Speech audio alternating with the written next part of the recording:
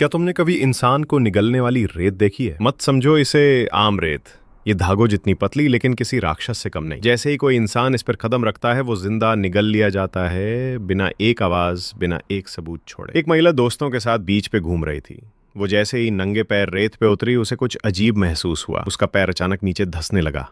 उसने हड़बड़ाकर खुद को खींचने की कोशिश की लेकिन रेत जैसे उसके टखनों से चिपक गई थी। घबराकर उसने दोनों हाथों से खुद को बाहर निकालने की कोशिश की मगर अब उसके हाथ भी उस रेत में फंस चुके थे। उसका बॉयफ्रेंड तुरंत दौड़कर आया और उसे बचाने के लिए हाथ बढ़ाया मगर रेत ने जैसे उसे भी निशाना बना लिया। उसका पैर फिसला और वो सीधे उस रेत पे गिर गया। अब दोनों की हालत एक जैसी थी। चीखें निकल रही थीं पर शरीर धीरे धीरे नीचे खिसक रहा था। कुछ ही सेकंडों में लड़की की कमर तक रेत में समा चुकी थी। लड़का जोर लगाकर सिर उठाने लगा लेकिन उसका चेहरा जैसे रेत में पिघल रहा था। जब बाकी दोस्तों ने उसका चेहरा देखा, आधा चेहरा गायब था। सबके रोंगटे खड़े हो गए। बाकी लोग गाड़ी की तरफ दौड़े और अंदर बंद हो गए। अब कोई बाहर नहीं जाना चाहता था। कोई भी हिम्मत नहीं कर रहा था उस रेत के पास जाने की।